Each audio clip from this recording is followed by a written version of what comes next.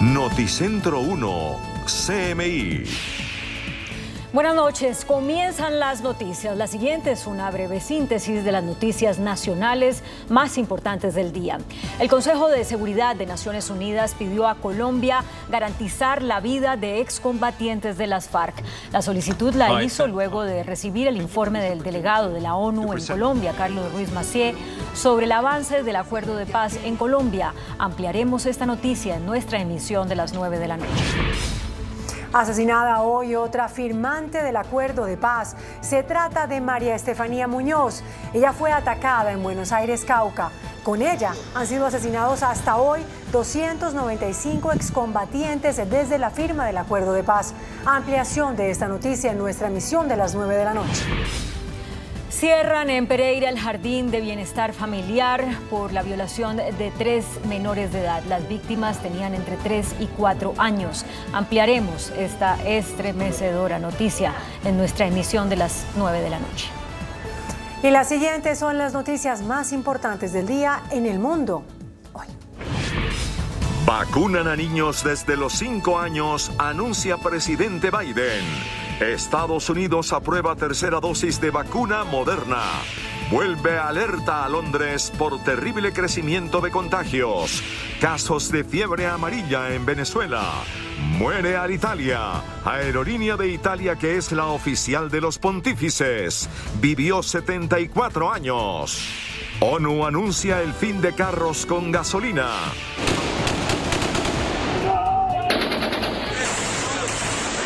Batalla campal en Beirut, Líbano, por protesta contra juez. 2 metros con 16 centímetros mide la mujer más alta del mundo. Es de Turquía. En Pregunta Yamid, el presidente de FENALCO, Jaime Alberto Cabal, habla sobre el próximo día sin IVA. Con Claudia Palacios y Margarita Ortega. El presidente de Estados Unidos, Joe Biden, anunció esta noche que ese país comenzará a vacunar contra el COVID-19 a menores de edad a partir de los 5 años. Biden anunció que es hora de proteger a la población más vulnerable al virus, luego de confirmarse que más de 148,000 niños o niñas resultaron contagiados en la última semana. En el mundo, más del 48% de la población mundial ha recibido al menos una dosis de la vacuna contra el COVID-19. Y Estados Unidos, uno de los países que lidera el listado de naciones con más dosis aplicadas, con más de 402 millones, continúa su campaña de vacunación. El presidente Joe Biden aseguró que Estados Unidos está preparado para inocular a los niños de entre 5 y 11 años en cuanto las autoridades competentes lo autoricen, porque el gobierno ha comprado el suficiente suministro para hacerlo posible. If authorized, we are ready. We have purchased enough vaccines for all children between the ages of 5 and 11 in the United States.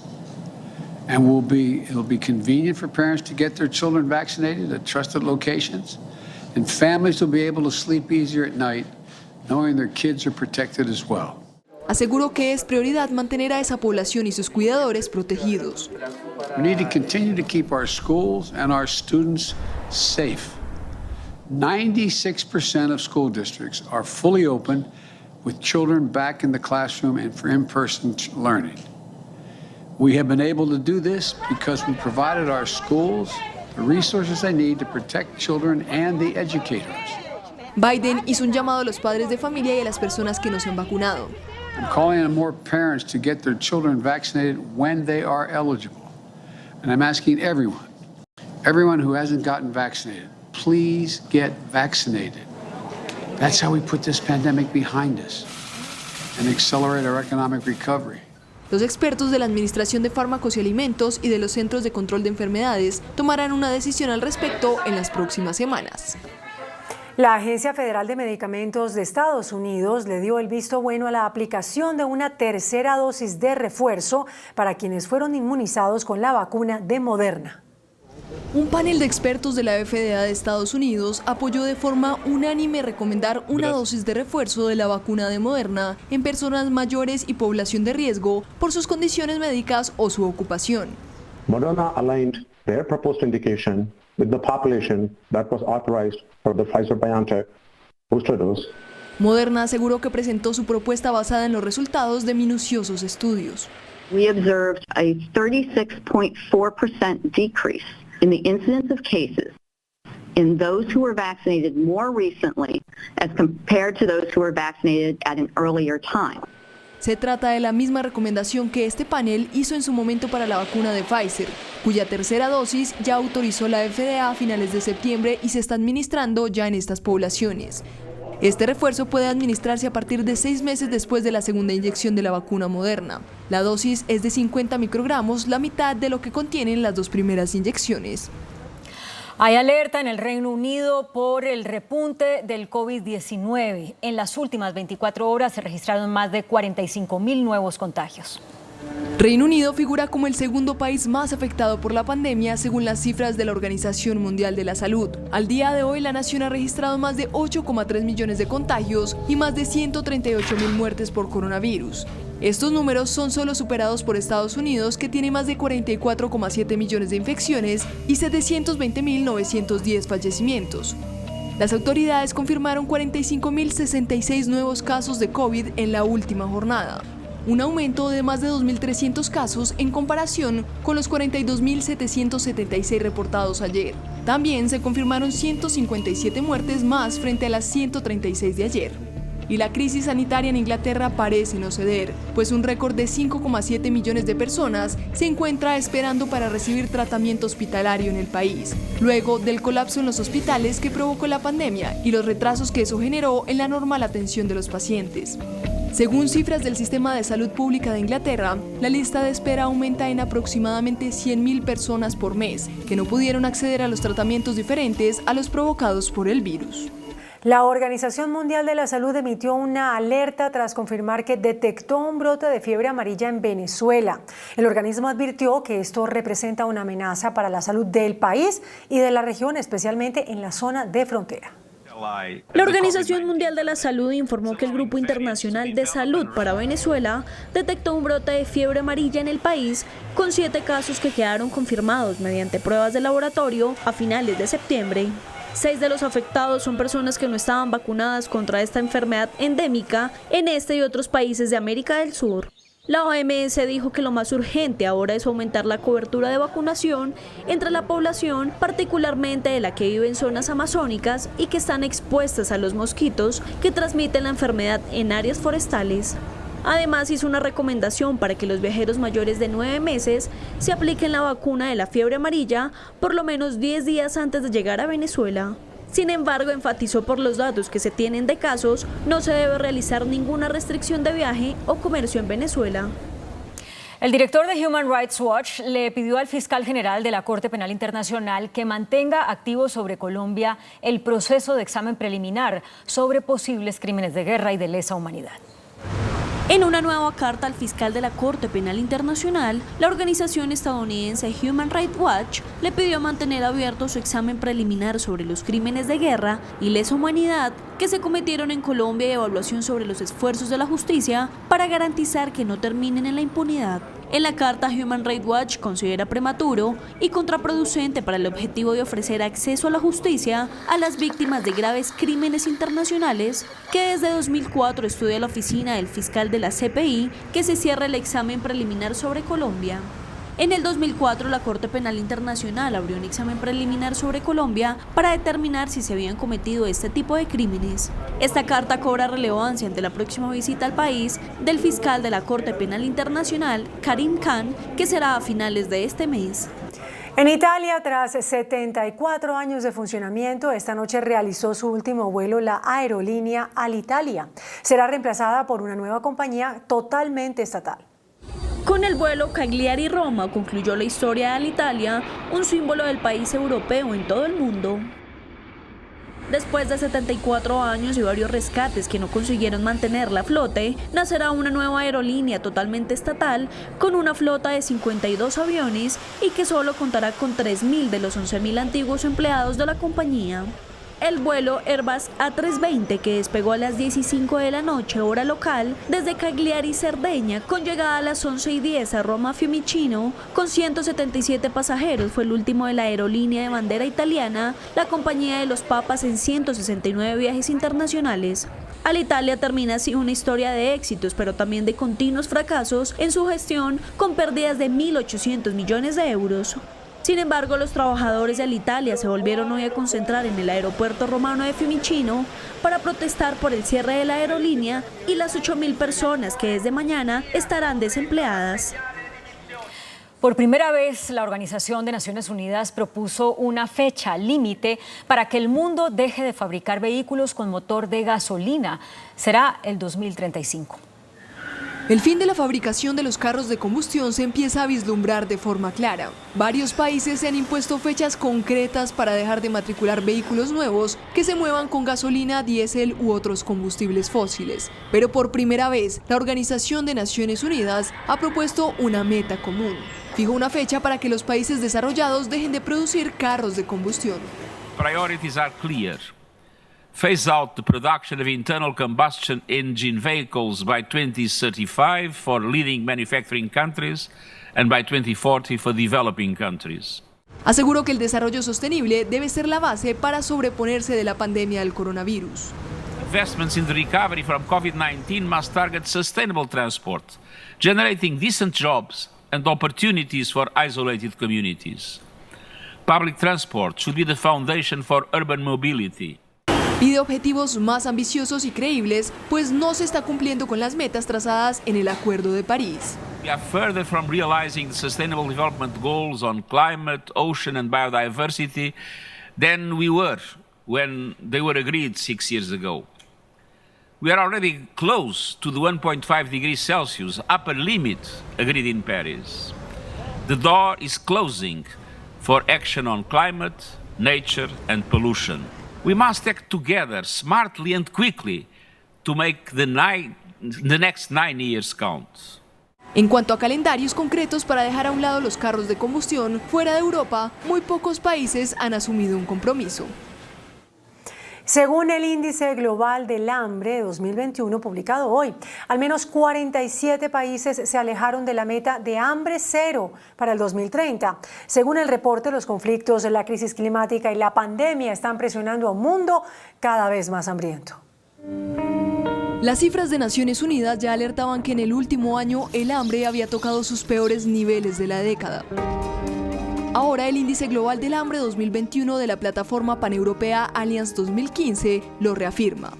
Hay 47 países, 28 del África subsahariana, que no llegarán a reducir la hambruna lo suficiente para el 2030, quedando lejos de la meta del hambre cero trazada en los Objetivos de Desarrollo Sostenible. Además, dentro de ese ranking anual hay 10 países en los que la situación es alarmante. Somalia, Yemen, República Centroafricana, Chad, República Democrática del Congo, Madagascar, Burundi, Comoras, Sudán del Sur y Siria. Y no es casualidad que 8 de ellos estén afectados por conflictos armados. Pese a la devastadora pandemia, aún es la guerra la principal causa del hambre en el mundo. Y no hay signos de que esa tendencia vaya a cambiar. Por el contrario, en la última década va en aumento al punto de que más de la mitad de las personas que sufren desnutrición habitan en países afectados por la violencia, según la ONU. De acuerdo a estadísticas, los conflictos se dan muchas veces en áreas rurales donde se producen alimentos, y los países más afectados son aquellos donde la mayoría trabaja en agricultura. Los grupos armados atacan a los productores, siembran minas, restringen el suministro de agua o semillas, confiscan la tierra y los obligan a producir cultivos muchas veces ilícitos, cuyas ganancias financian que la guerra dure más. El Fondo Monetario Internacional advirtió hoy que la inflación en el mundo es transitoria, pero que podría prolongarse si no se acelera el acceso global a las vacunas. El Fondo Monetario Internacional sigue considerando que la inflación global será transitoria, pero admite que puede prolongarse si no se acelera el acceso global de las vacunas, aseguró Kristalina Georgieva, directora gerente del organismo. En una rueda de prensa del arranque de la Asamblea Anual del FMI y el Banco Mundial, Georgieva comentó la creciente preocupación por el alza generalizada de los precios en numerosos países. Precisamente este mismo miércoles se supo que la inflación anual de Estados Unidos se situó en septiembre en el 5,4%, la mayor cifra en 13 años. La institución financiera internacional rebajó levemente las previsiones de crecimiento global de este año al 5,9%, una décima menos que hace 3 meses debido a la variante Delta del coronavirus y a los problemas en las cadenas de distribución mundiales. La organización financiera también hizo un llamado a los países acaudalados a redoblar sus labores para conseguir el objetivo de que 40% de la población de todas las naciones esté vacunada para el final de este año y el 70% para mediados del 2022. Puertos más congestionados, mercancías represadas, camiones sin conductores y precios en aumento se han convertido en el principal problema que enfrenta la cadena de distribución de productos en el mundo y que amenaza con empeorar la reactivación económica a medida que se acerca la temporada navideña. La pesadilla de la cadena de suministros está aumentando los precios para los consumidores y ralentizando la recuperación económica mundial. Desafortunadamente para los analistas, las interrupciones de la cadena de suministro empeorarán antes de mejorar. La crisis de los principales puertos del mundo, especialmente en Estados Unidos, China y Reino Unido, sigue imposibilitando la llegada de productos, bienes y materia prima a gran parte del planeta. La ausencia de mano de obra, las restricciones por la pandemia y el Brexit, entre otras, son la causa inicial del problema que con el paso del tiempo se complica aún más. The problem is at the ports. The problem is overseas, where the goods are being bottlenecked in terms of getting to their ports, getting put on container ships, and containers being in the right locations and ships being in the right location. It's a huge logistic nightmare, and a lot of it is overseas. En Reino Unido se está presentando una grave falta de conductores de camiones como consecuencia del Brexit y las medidas anti-COVID que no permiten el ingreso de trabajadores extranjeros. Tous les chauffeurs étrangers qu'ils avaient, on va dire qu'ils avaient embauchés, qui leur avaient fait des contrats, maintenant ils peuvent plus les prendre et ils se retrouvent sans chauffeur, donc c'est un peu de leur faute, on va dire. S'ils avaient gardé leur chauffeur anglais dès le départ, ils n'en seraient pas dans cette pénurie. Ils auraient gardé leur chauffeur dès le départ au lieu de les remplacer par des chauffeurs de l'Est. Ils n'en seraient pas là. Maintenant, ils rappellent les chauffeurs anglais après les avoir mis dehors, entre guillemets, quoi. La crisis ya se vio con el desabastecimiento de gasolina y ahora se ven los puertos británicos paralizados. Le problème qu'il va y avoir chez vous, c'est qu'on n'a aucun d'autre pays les problèmes qu'on a chez vous pour le moment à cause du Brexit. Pour les douanes, les frontières, les sanitaires, les contrôles, perte de temps dans les frontières, les douanes et tout ça à cause des papiers qu'on doit faire et dans les usines qu'on doit attendre les papiers. El presidente Biden en Estados Unidos anunció un plan de emergencia para que los puertos y servicios de distribución trabajen las 24 horas, pero esto no parece ser suficiente. The quickest route from Asia to the United States and interior points is through Los Angeles, and that's what everyone is trying to maximize at this point in time. But it's like taking 10 lanes of freeway traffic and squeezing them into 5. We're still breaking records every day. Mientras tanto, no hay contenedores disponibles, no hay cargueros disponibles, no hay flujo en los puertos y tanto importadores como exportadores están sufriendo por la escasez que se va a reflejar en los bolsillos del consumidor. Yeah, I mean, I think the hurdles right now for the consumer are going to be, number one, supply chain. So while the consumer may be willing to go and spend more money, right now the issue that's rising is there actually a product out there for them to go purchase? I mean, if you've been in a store, the aisles are a little more sparse right now. It is more difficult to get what you want. If you want a new car, you can't just necessarily go to a dealership and buy it right now. So it's not just the ability financially to buy, but whether they can actually find the product they want. Para los analistas la solución tomará tiempo, pero un factor que la complica son los auxilios que los gobiernos han emitido por la pandemia.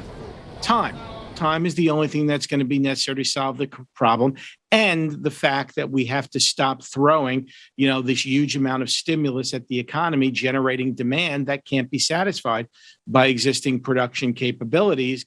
Por ahora las proyecciones son conservadoras y contemplan una inflación momentánea, pero para muchos la inflación en los precios y la falta de productos será notable sobre todo en diciembre y durará al menos un año más. Pues uno de los mayores distribuidores de alimentos del Reino Unido aseguró hoy que se terminó la comida barata. Las presiones económicas por la pandemia, por el Brexit y la crisis de los precios de la energía afectarán definitivamente los precios de los alimentos. Un año y medio después de que apareciera la pandemia del coronavirus, una nueva crisis parece cada vez más probable para los británicos. Las cifras de contagios superan los 35.000 casos por día, algo que ha puesto en alerta a las autoridades ante los temores de un resurgimiento del virus. A esto se suma el aumento de la inflación y la crisis energética que ya está afectando el bolsillo de millones de hogares en Reino Unido, que han visto cómo suben sus facturas de electricidad y gas. Además, la escasez de productos, suministros y de personal está poniendo aún más presión a la economía británica y pueden verse anaqueles vacíos en varios supermercados y largas filas para comprar gasolina. Según empresarios dedicados a la venta de comida, los ingleses están por ver el fin de 2 décadas de consumo de alimentos baratos, ya que la inflación de los precios de los alimentos podría alcanzar los 2 dígitos, debido a una escalada en el coste de la distribución de suministros. Una protesta convocada por la organización islamista Hezbollah en Beirut, la capital del Líbano, terminó en una verdadera batalla campal que dejó al menos 6 muertos y decenas de heridos.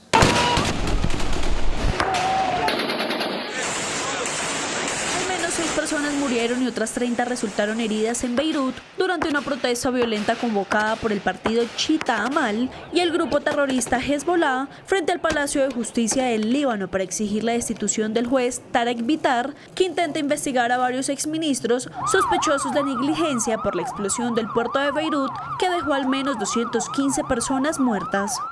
El ministro del Interior del Líbano, Bassam Malawi, manifestó que varias personas recibieron disparos en la cabeza durante un ataque de francotiradores apostados en tejados del área capitalina de Tayoun y confirmó el lanzamiento de granadas propulsadas por cohetes en la misma zona. La subsecretaria de Estado de Estados Unidos, Victoria Nuland, describió la violencia en Beirut como inaceptable y pidió calma. I want to start today by expressing condolences on behalf of the American people for the tragic loss of life this morning outside the Palace of Justice. We join the Lebanese authorities in their call for calm and de-escalation of tensions. The health and future of Lebanon's democracy depends on the ability of its citizens to address the difficult issues ahead for their country peacefully and through dialogue and with confidence in the rule of law. Los disparos y cohetes se detuvieron 4 horas después de que comenzaron los enfrentamientos. Parte del tráfico regresó a las calles de la capital cuando los equipos de la Cruz Roja y la Defensa Civil del Líbano evacuaron a los residentes conmocionados por las bombas. Durante 2 años el Líbano ha estado sumido en una depresión económica que ha provocado un aumento vertiginoso de la inflación, las tasas de pobreza y el desempleo, así como un rápido deterioro de la infraestructura del país. Las autoridades de Noruega identificaron al hombre que asesinó a 5 personas con un arco y flechas. El atacante es de origen danés y estaba bajo observación de las autoridades por ser un potencial riesgo para la seguridad. Poco a poco se va sabiendo más del extraño y terrible ataque de este miércoles en Kongsberg, Noruega, que dejó 5 fallecidos y 3 heridos. Todo apunta en efecto a un ataque terrorista, ya que el atacante, Sven Andersen Breithen, un danés de 37 años, se había convertido al Islam y era sospechoso de haberse radicalizado. Breithen mató a sus víctimas con un arco y unas flechas. Su proceder en un lugar público contra personas al azar responde también al modus operandi de los ataques islamistas en Europa. Viktig nå at etterforskningen går, og at vi får avklart det som motivene til den som siktet. Jeg registrerer at det her begjært en prejudisiell eller en full judisiell observasjon av siktede. Men vi bistår da, som sagt, Sør-Øst med alt vi kan av informasjon. La policía da por seguro que el hombre, que en pocas horas será presentado ante el tribunal para solicitar prisión preventiva, actuó solo y ha confirmado que usó más armas, además de que las víctimas son 4 mujeres y un hombre de entre 50 y 70 años. El ayuntamiento de Kongsberg ha habilitado un centro de acogida para familiares y afectados y movilizado un equipo de crisis para afrontar la situación. En España, las autoridades de Isla Palma, en Canarias, iniciaron nuevas evacuaciones luego de que el volcán Cumbre Vieja incrementara sus erupciones. No hay tregua en La Palma. 25 días después de iniciar su erupción, el volcán de Cumbre Vieja mantiene su vigor destructivo y no cesa de expulsar lava. En horas de la tarde de este jueves, el magma que surge del interior de la Tierra superó la capacidad del cono principal y lo desbordó. El presidente de España, Pedro Sánchez, durante su visita a La Palma, evaluó los daños causados por la erupción del volcán Cumbre Vieja. Después de reunirse con el comité de respuesta, Sánchez pidió paciencia ya que no hay señales de que la actividad volcánica se detenga en los próximos días. Paciencia, porque efectivamente no podemos hacer nada hasta que el volcán pare en su actividad. Lo único que podemos hacer es lo que estamos haciendo en la tarea de reconstrucción, en la tarea de protección y en la tarea de sensibilización y de información que nos traslade Protección Civil y todos los servicios de emergencia aquí desplegados. Pedro Sánchez agregó que se están considerando posibles nuevos paquetes de ayuda para los vecinos afectados de La Palma, además de los 206 millones de euros que ya habían sido aprobados. Violentas protestas y disparos hubo en Camerún luego de que una niña de 5 años fuera asesinada en Buea, la capital regional del país. Un oficial de la policía abrió fuego contra un automóvil en un puesto de control y de esa manera causó la muerte de la pequeña. Esto puso en relieve las tensiones y la violencia en las dos regiones de habla inglesa de Camerún, donde los secesionistas que buscan formar un estado separatista llamado Ambazonia han estado luchando contra las tropas gubernamentales durante casi 5 años. Al menos 46 personas murieron y decenas más resultaron heridas por el incendio en un edificio en Taiwán. Un incendio en un edificio residencial y comercial de la ciudad de Kaohsiung, en el sur de Taiwán, dejó al menos 46 muertos y decenas de heridos. La conflagración, que comenzó en la madrugada de este jueves, se extendió rápidamente por el edificio de 13 pisos, destruyendo varias viviendas antes de que los bomberos pudieran llegar a controlarlo. Desde el departamento de bomberos del municipio informaron que la operación para controlar el incendio había sido complicada y que la alta cifra de fallecidos se debió parcialmente a que el edificio siniestrado estaba habitado por un gran número de ancianos y personas con demencia y discapacidad, lo que les habría dificultado la huida. La edificación estaba destinada tanto para uso residencial como comercial. Los bomberos indicaron que la mayoría de las víctimas se encontraban entre el 7º y el 11º piso, que albergaba apartamentos, mientras que los primeros 5 niveles destinados para negocios se encontraban desocupados. Este incendio se perfila como el más mortífero de Taiwán en más de 2 décadas. China envió su primer satélite de exploración solar al espacio desde el centro de lanzamiento de satélites de Taiyuan, en la provincia de Shanxi, en el norte del país. El satélite fue lanzado a bordo de un cohete Long March 2D y entró con éxito en su órbita. Se espera que el satélite, que llevará a cabo la primera exploración espacial de imágenes espectrales solares HA, mejore la capacidad de investigación de China en la exploración solar. El Tribunal Administrativo de París emitió hoy un fallo histórico en favor de la lucha por la protección del medio ambiente. La Corte condenó a Francia por incumplir sus compromisos contra el cambio climático y le ordenó al actual gobierno y a los futuros mandatarios que cumplan con sus obligaciones y compromisos y metas trazadas frente al cambio climático, especialmente la meta de reducir los gases de efecto invernadero del país en un 40%. Y Grecia y Egipto cerraron un acuerdo que prepara el escenario para la instalación de un cable submarino que transmitirá la energía producida con energías renovables desde el norte de África hacia Europa. Es la primera infraestructura de este tipo en el mar Mediterráneo. Científicos finlandeses aseguran que han producido con éxito células de café en un laboratorio. Los investigadores afirmaron que llevaron a cabo el proceso en un bioreactor mediante agricultura celular y que el producto obtenido huele y sabe a café convencional. Una mujer turca de 24 años se convirtió en la más alta del mundo.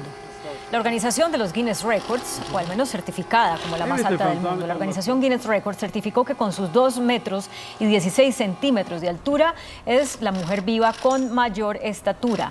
Ella sufre de un síndrome que se llama Weber. Debe usar caminador para desplazarse, como la vemos.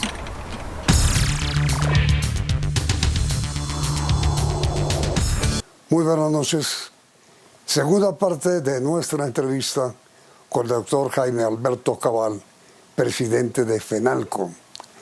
El tema a tratar hoy es el de los días sin IVA que se aproximan.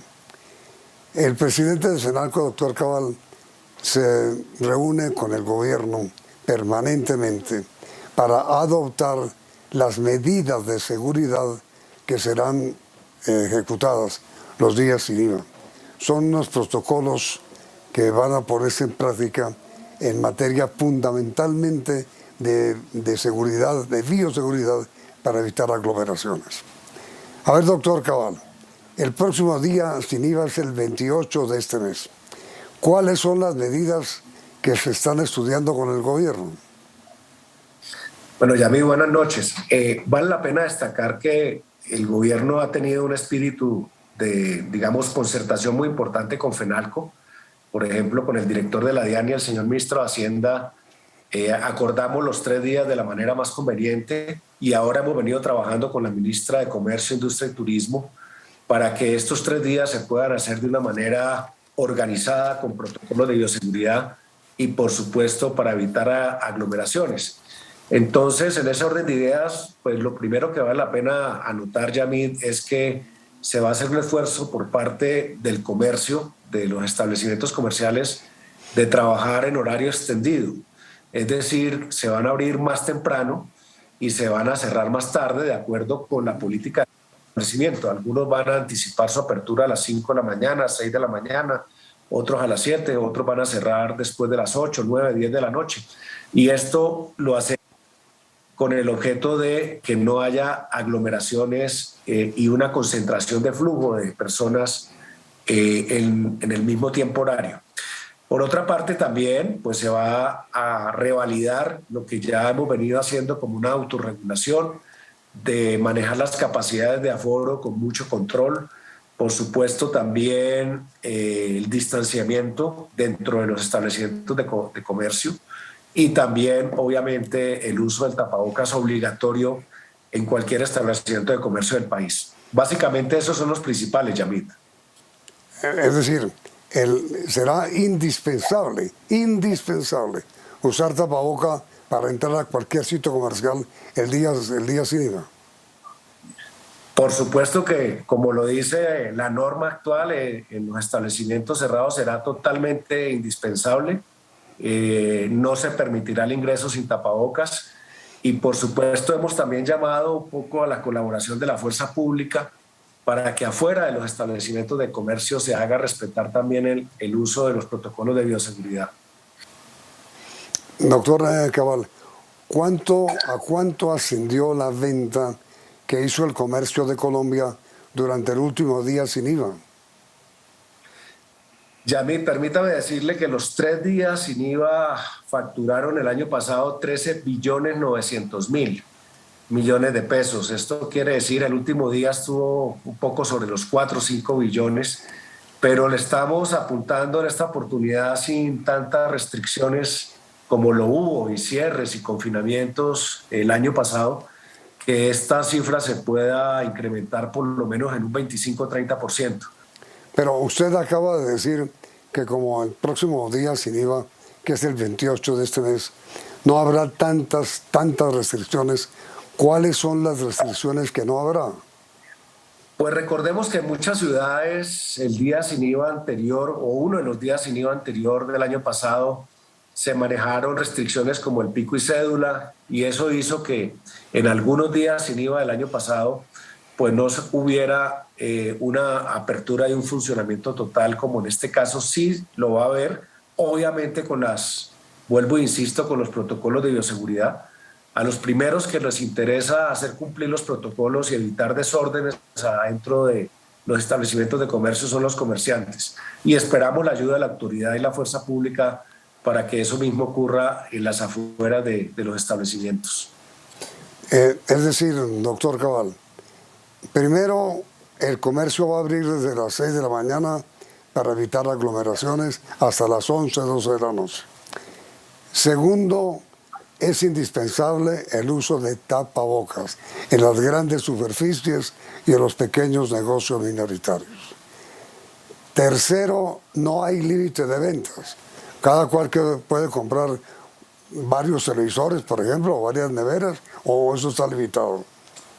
No, Yamid, exactamente la ley quedó como se manejaron los días sin IVA pasados, que es hasta 3 artículos por cada ítem de los que tienen exención de IVA.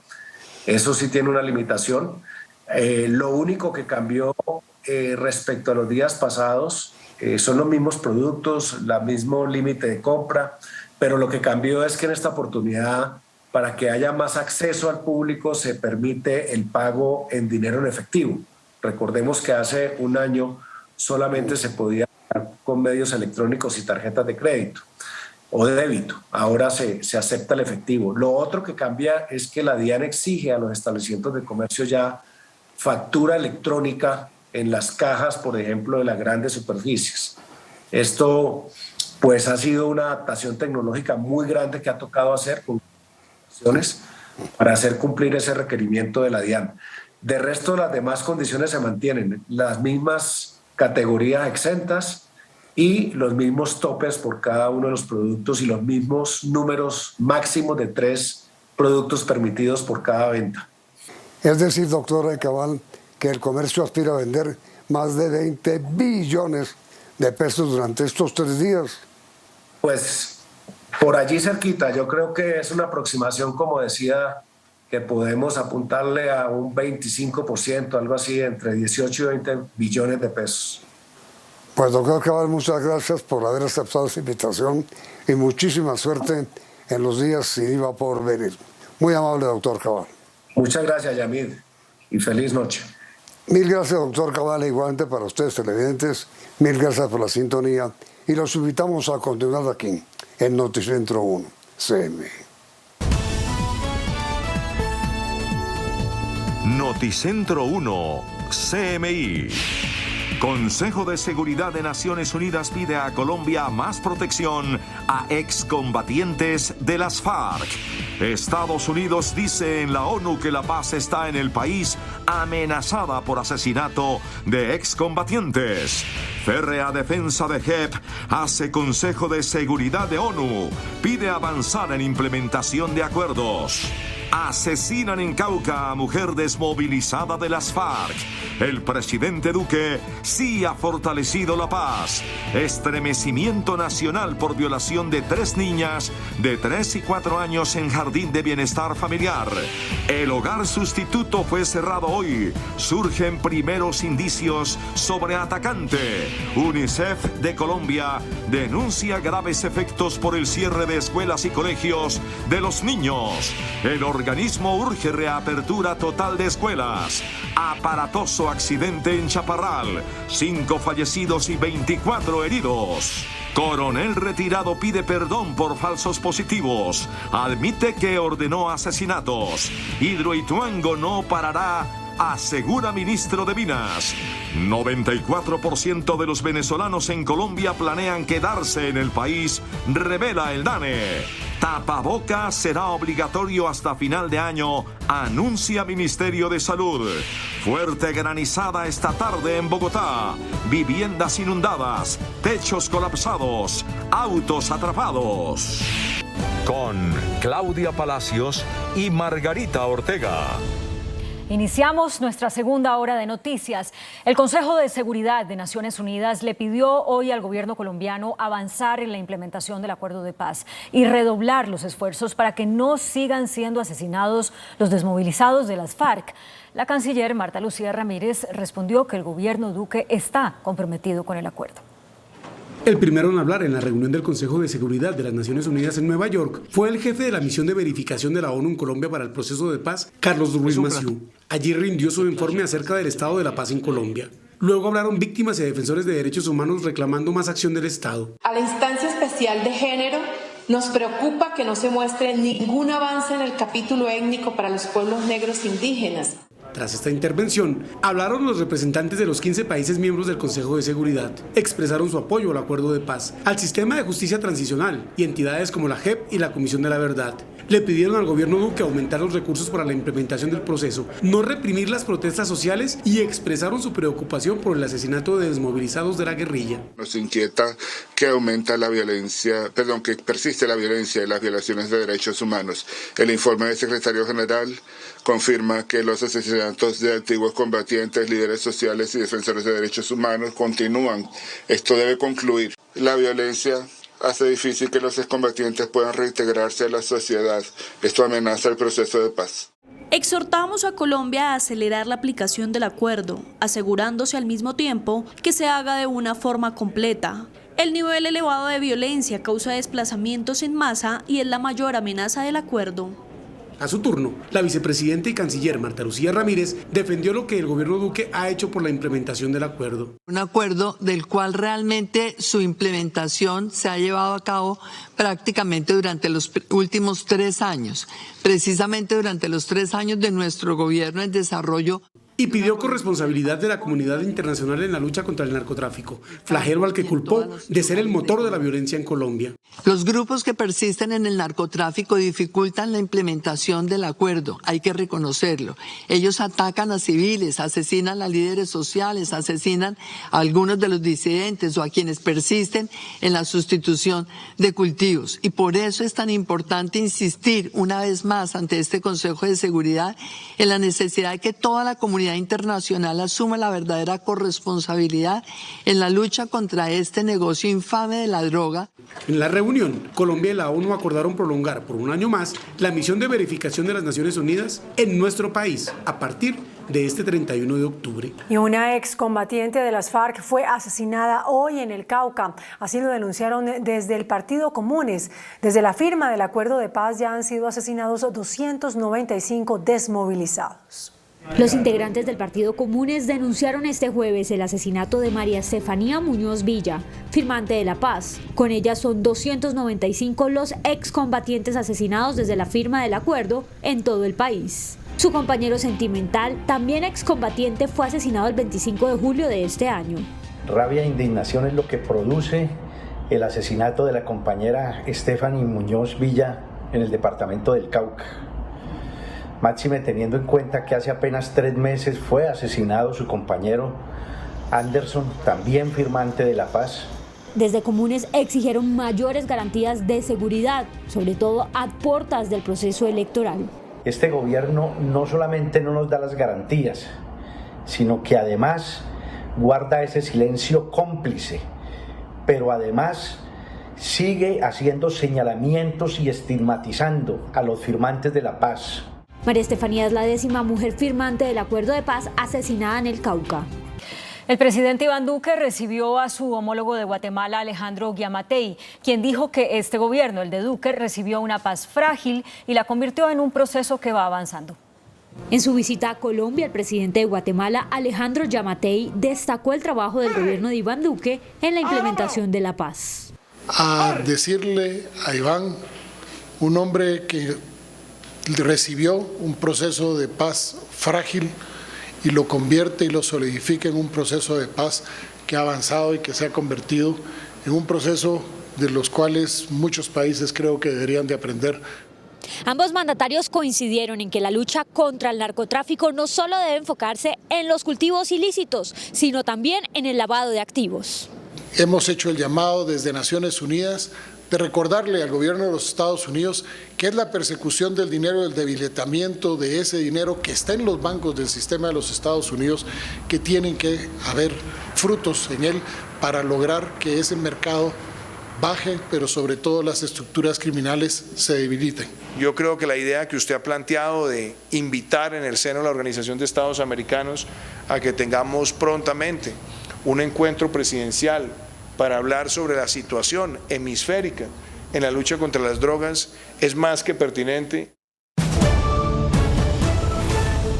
Bienestar Familiar ordenó el cierre de un hogar sustituto en Pereira tras recibir denuncias de presunto abuso sexual a 3 menores de edad. Desde el Instituto Colombiano de Bienestar Familiar en Risaralda se ordenó el cierre de un hogar comunitario ubicado en la ciudad de Pereira, ya que recibieron denuncias del presunto abuso sexual a 3 niñas de 3 y 4 años de edad. El hecho, que ha generado repudio en la ciudad, hizo que el ICBF trasladara a otros 12 menores que estaban en este hogar comunitario y los ubicara en otros sitios, mientras a las niñas se les inició el respectivo restablecimiento de sus derechos, al igual que a sus familias. A través del grupo de élite de guardianes de la niñez que tiene el ICBF, podemos entrar a actuar en una forma muy oportuna. En estos casos realizamos el cierre inmediato del hogar. Desde la Personería de Pereira anunciaron la intervención en este proceso para acompañar a las familias y a las víctimas de este presunto abuso sexual. Se presenta presuntamente por el círculo familiar cercano de la señora responsable. Para evitar que el hogar comunitario sea objeto de algún ataque, como se ha presentado en otras ciudades con casos similares, las autoridades han mantenido en silencio su ubicación, mientras se establece quién es el responsable de este hecho que involucra a niños de un hogar comunitario. Durante el Foro Educativo Nacional, el Fondo de Naciones Unidas para la Infancia, UNICEF, lanzó un SOS por las graves consecuencias que enfrentarán los niños y niñas que no han podido regresar a clases presenciales. La representante de UNICEF en Colombia lanzó un SOS sobre la urgente necesidad de que todos los niños retornen a clases presenciales. Es una necesidad urgente que si no actuamos ahora puede afectar a toda una generación. El cierre prolongado de escuelas ha tenido graves consecuencias. El castigo físico humillante, la violencia sexual de género, el trabajo infantil, el tráfico, el reclutamiento y la utilización. Muchos niños y niñas se han visto afectados en sus aprendizajes y otros es muy posible que estén pensando no regresar a la escuela. Es por eso que UNICEF considera que esta situación no puede continuar. En el Foro Educativo Nacional, el ministro de Hacienda anunció $1 billón para el retorno de todos los estudiantes. Ese plan de presencialidad no da espera, y no hacerlo es ser, creo yo, mezquino con el futuro del país, que está basado en el futuro de nuestros niños. Se calcula que todavía hay 3 millones de niños en Colombia que no han regresado a las clases presenciales. Un fatal accidente vehicular se presentó en Chaparral, Tolima. 5 personas fallecieron y 18 más resultaron heridas. Un aparatoso accidente presentado en Chaparral, Tolima, terminó en tragedia. Donde un bus tipo escalera rodó por un abismo y lamentablemente tenemos un saldo de 5 personas fallecidas, 24 lesionados, quienes están siendo atendidos en el hospital local del municipio de Chaparral y otros trasladados a la ciudad de Ibagué. Entre los 24 heridos hay 7 menores de edad que están bajo pronóstico reservado. Las causas de este accidente son materia de investigación por parte de los organismos de tránsito y transporte. Este año han muerto en siniestros viales al menos 6.200 personas. Militares y policías víctimas de las FARC se quejaron hoy o se siguieron quejando por el abandono al que el Estado los tiene sometidos. La denuncia fue escuchada en una audiencia pública realizada en el Senado por congresistas del Partido Comunes. Policía secuestrado 5 años por las FARC, desamparado por el Estado, se queja. Por haberme entregado a la policía que yo quería estar en la policía porque vi que era una institución buena. Madre de soldado asesinado por las FARC. Los firmantes del acuerdo de paz hicieron daño, nos causaron mucho daño, sin saber quién eran estos muchachos, hijos de campesinos, hijos de pobres. La guerra no ha parado un solo segundo y mientras que estamos conversando, siguen muriendo soldados y policías y dejando nuevas víctimas que no son reconocidas en Colombia. Que las guerras no las gana nadie, las guerras las pierden los pueblos, porque los ejércitos, las guerrillas, las estructuras paramilitares, todos los cuerpos armados están compuestos esencialmente de gente del pueblo. Las fuerzas militares capturaron a alias La Mona, jefe de las disidencias de las FARC en el Caquetá. Según el reporte de la Fuerza de Tarea Omega, la mujer estaba encargada de recoger dinero de extorsiones y de comprar municiones, alimentos y medicamentos para enviar al campamento de alias Gentil Duarte. Un coronel retirado del ejército pidió perdón hoy por su responsabilidad en el asesinato de 11 jóvenes dentro de los llamados falsos positivos. Una ceremonia de reconciliación propiciada por la Comisión de la Verdad fue el escenario para que el coronel Luis Fernando Borja, excomandante de la Fuerza de Tarea Conjunta en Sucre, le pidiera perdón a los familiares de los jóvenes desaparecidos en el municipio de Toluviejo y reconociera su responsabilidad en los llamados falsos positivos. Quiero manifestarle a todas las familias de Toluviejo, a las 11 familias que han luchado por esta verdad desde ese momento en que desaparecieron sus hijos y fueron asesinados vilmente por las tropas bajo mi mando. Mi responsabilidad absoluta por la muerte de sus hijos, por la muerte de sus esposos, por la muerte de sus hermanos. Las familias de los jóvenes entre 16 y 27 años que desaparecieron del municipio de Toluviejo en el departamento de Sucre aceptaron las disculpas públicas. La Justicia Especial para la Paz advirtió que juzgará como crímenes de guerra los casos de violencia sexual contra menores de edad reclutados por las FARC. Como consecuencia de esta decisión, no podrán ser indultados ni los amnistiados los responsables de violaciones, abortos forzados y anticoncepción forzada. El alcalde de Medellín, Daniel Quintero, reiteró hoy la necesidad de que los mencionados en el fallo de la Contraloría sobre Hidroituango paguen la sanción que impuso el ente de control. El alcalde de Medellín, Daniel Quintero, fue enfático al decir que la mejor manera de salvar el proyecto Hidroituango es que los responsables paguen por los daños y sobrecostos causados por la contingencia. Es que los colombianos estamos cansados de que los responsables no paguen y ahora se presenten como las víctimas. No, ellos son los responsables, deben pagar y de esa manera esa plata entra a EPM y sirve para bajarle la tarifa a los ciudadanos. El mandatario defendió la elección del actual gerente de EPM, Jorge Andrés Carrillo, y dijo que aunque respeta el fallo de nulidad del tribunal, apelarán en segunda instancia. El ministro de Minas, Diego Mesa, aseguró que los responsables de la construcción de Hidroituango se comprometieron a terminar la obra en los tiempos establecidos. Desde Cartagena, el ministro de Minas y Energía entregó detalles frente a lo que será el futuro de Hidroituango tras la reunión sostenida con los actores del proyecto. Hubo una reiteración y una confirmación por parte de la empresa en que el cronograma lo tienen presupuestado para entrar en operación con una turbina en junio del año 2022, con una segunda turbina en noviembre del año 2022. El ministro aclaró las dudas sobre un posible racionamiento en el país. En este momento no hay absolutamente ninguna probabilidad de que haya desabastecimiento de energía. El jefe de la cartera de Minas y Energía participó del Congreso de Andesco que se lleva a cabo en la capital de Bolívar. Una encuesta del DANE revela que el 94% de los migrantes venezolanos planea quedarse en Colombia. La encuesta Pulso Migratorio del DANE revela que la principal razón de la migración de venezolanos al país es económica con un 92,1%, inseguridad 19% y para reunirse con la familia 15,8%. El estudio también les preguntó a los encuestados sobre su intención de permanencia. El 94% respondió que se quedará en Colombia, el 4,9% quiere regresar a Venezuela y el 1% trasladarse a otro país. A la pregunta si ha tenido dificultades para encontrar trabajo, el 59,8% de los venezolanos respondió que sí y el 40% respondió que no. Se calcula que el 88,7% ha solicitado el permiso de protección temporal. El Ministerio de Salud advirtió que la pandemia no ha terminado, por lo que el uso del tapabocas sigue siendo obligatorio.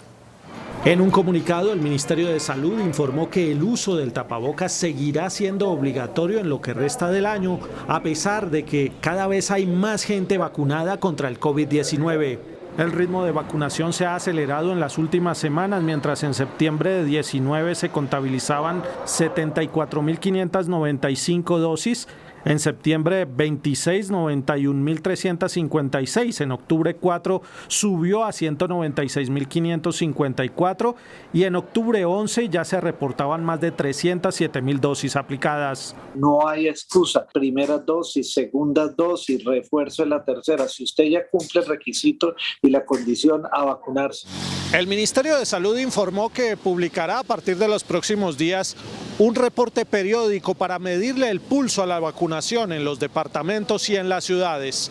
Juan Armando Rojas, Noticentro 1 CMI. En las últimas 24 horas, Colombia registró un leve aumento en los contagios por COVID-19, mientras que las muertes cayeron. Suben los contagios y bajan las muertes por COVID-19 en Colombia. El Ministerio de Salud confirmó que otras 1.387 personas se infectaron de coronavirus. Los casos activos llegaron a 13.641.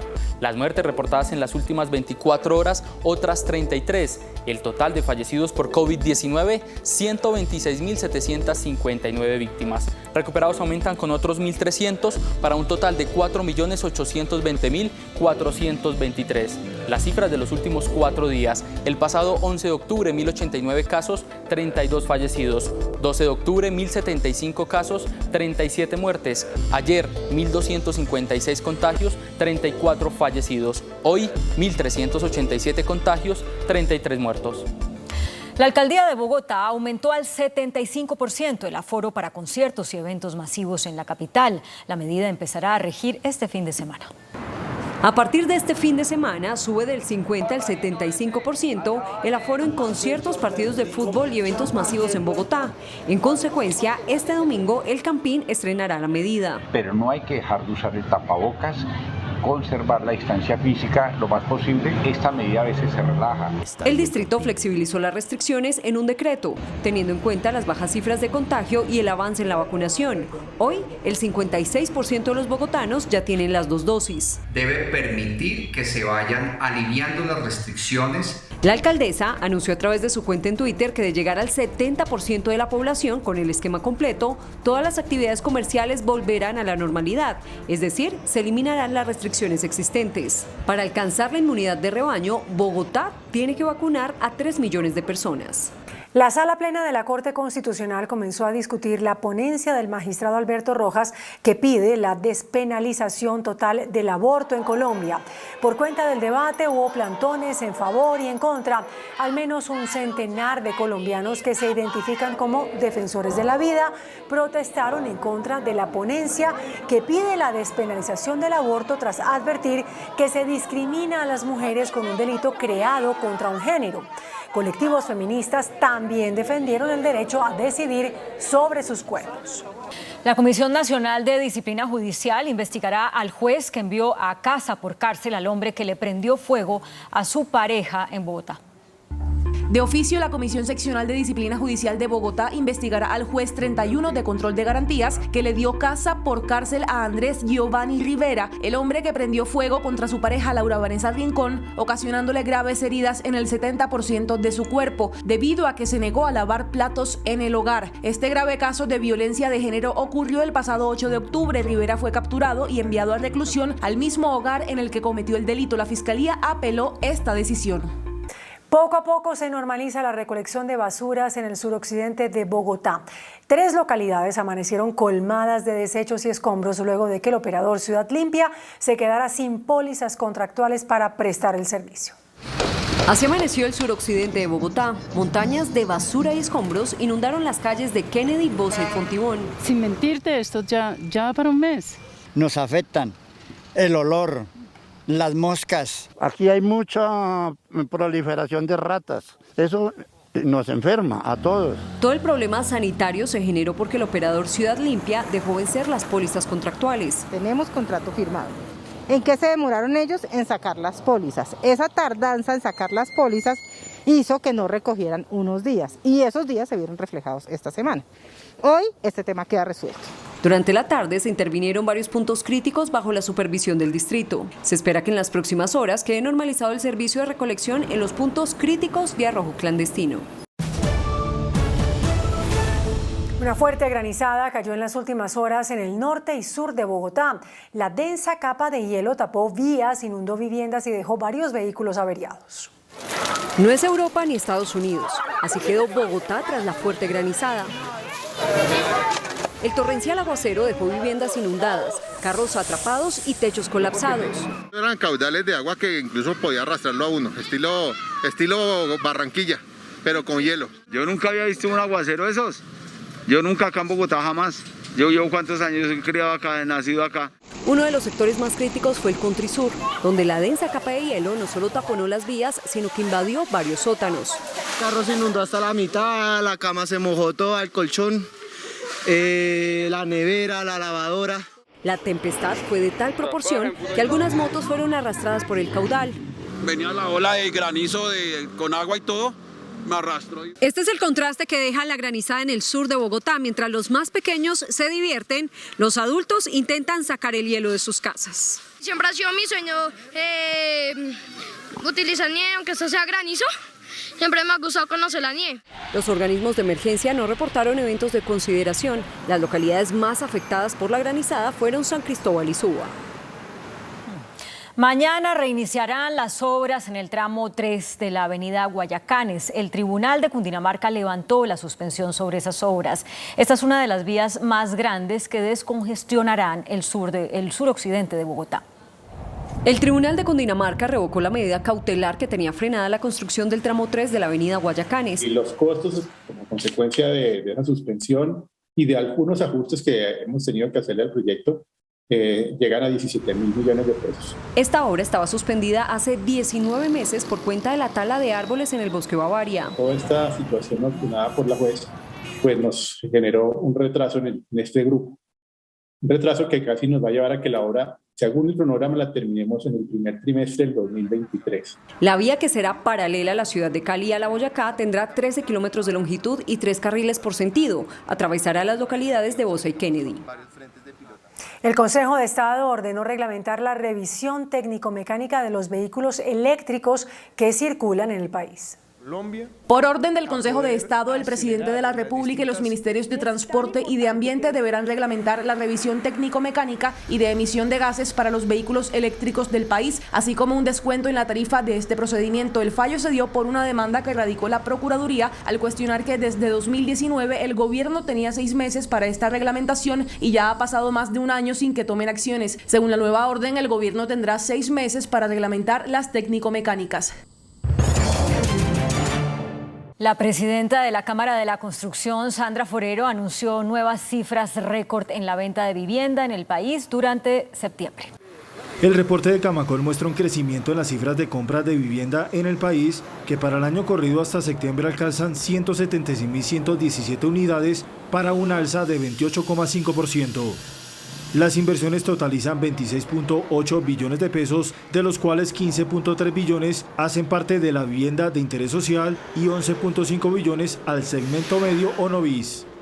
La iniciación de proyectos en 2022 y 2023 estará en 500.000 viviendas. El alza de los insumos no afectará a los usuarios. Uno puede mitigar toda esa presión sobre los costos de producción de vivienda, para mitigarlo de otros elementos que son fuera de control, mientras esto se estabiliza. Se espera que las inversiones de las remesas se concentren en el mercado inmobiliario del país. La ministra de Comercio, Jimena Lombana, advirtió que habrá bajo inventario en el día sin IVA para productos importados por la crisis mundial de contenedores. El gobierno y el comercio organizado lanzaron el plan de autorregulación para la primera jornada del día sin IVA, que se realizará el 28 de octubre. La medida, para estimular el consumo de los hogares y reactivar la economía del país, podría verse afectada por una escasez de productos importados por la difícil situación mundial debido a los altos precios de los fletes marítimos y poca disponibilidad de productos. De tal manera que la promoción de los productos que hacen parte de la exención del impuesto de IVA estén apegados a la ley y se brinde información transparente y clara a los consumidores. Fenalco espera que se tengan cifras más que positivas en comparación con el año pasado. Las ventas se estiman por encima de los 18 billones de pesos.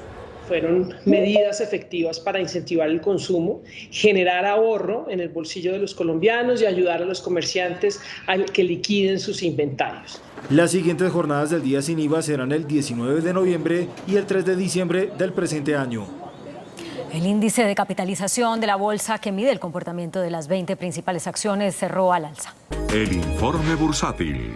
El índice selectivo MSCI Colcap de la Bolsa de Valores de Colombia subió 1,61% a 1.416 puntos. La acción de Enca fue la que más subió, con una valorización de 4,37% a 22 pesos con 45 centavos. La acción de Conconcreto fue la que más bajó, con una pérdida de 17,58% a 272 pesos. La acción más negociada de la jornada fue la de Preferencial Bancolombia, al movilizar más de 26.000 millones de pesos, con una variación positiva de 3,17% a 34.200 pesos. El vicepresidente técnico de la Agencia Nacional de Hidrocarburos, José Miguel de Armas, informó que se extenderán los programas de exploración hasta el 2040 para aumentar la producción y los niveles de las reservas de crudo. El Gobierno Nacional estructuró un plan de exploración de hidrocarburos, sobre todo en gas, en diferentes regiones del país. Según los estudios, hay presencia del combustible en zonas donde nunca antes se había explorado. Hay varias cuencas de yacimientos convencionales que podrían aumentar los niveles de producción y reservas. Esta sería una campaña al 2040. Van a conocer en qué cuenca del país la agencia va a hacer el mayor esfuerzo y va a invitar a la industria a que llegue a explorar en estas áreas dosificadamente. El plan exploratorio se lanzará en el primer trimestre de 2022. Es un plan a 6 meses. Estaremos iniciándolo en las próximas semanas y lo vamos a tener concreto a principio del primer trimestre del año, lo va a conocer el país. El pronunciamiento fue hecho durante el foro virtual convocado por el Comité Intergremial de Petróleo y Gas. El dólar cerró al alza. Indicadores económicos en Noticentro 1 CMI. La tasa representativa del mercado que regirá para mañana viernes será de 3.755 pesos con 29 centavos. Los profesionales del cambio compran la divisa en promedio entre 1.740 pesos y la venden entre 1.780 pesos. Un euro cuesta 4.372 pesos. La libra de café en Nueva York se cotizó a $2.09. El azúcar se transó en 19,59 centavos de dólar la libra.